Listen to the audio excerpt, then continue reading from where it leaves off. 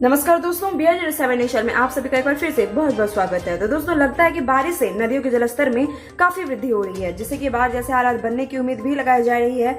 पिछले दिनों जिस तरह से बारिश हुई है, इससे और भी नदियों का जलस्तर बढ़ता जा रहा है, जिससे लोगों के बीच परेशानी का कारण बन चुका है।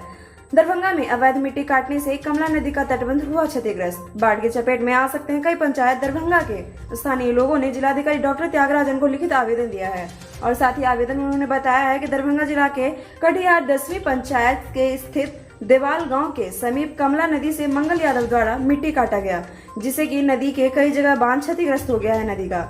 उन्होंने आवेदन में ये भी कहा है कि जब स्थानीय लोगों के द्वारा मंगल यादव को मिट्टी नहीं काटने का आवेदन किया गया तो उन्होंने धमकी दे डाली है, क्योंकि अभी जिस तरह से हालात बने हुए हैं, लगातार दरभंगा शहर में बारिश हो रही है और नदियों का जलस्तर में लगातार बढ़ोतरी हो ही रही है। इसलिए दरभंगा के प्रशासन तथा तमाम लोगों को इस पर ध्यान देना चाहिए, ताकि आने वाले समय में काफी परेशानी का सामना नहीं करना पड़े लोगों को।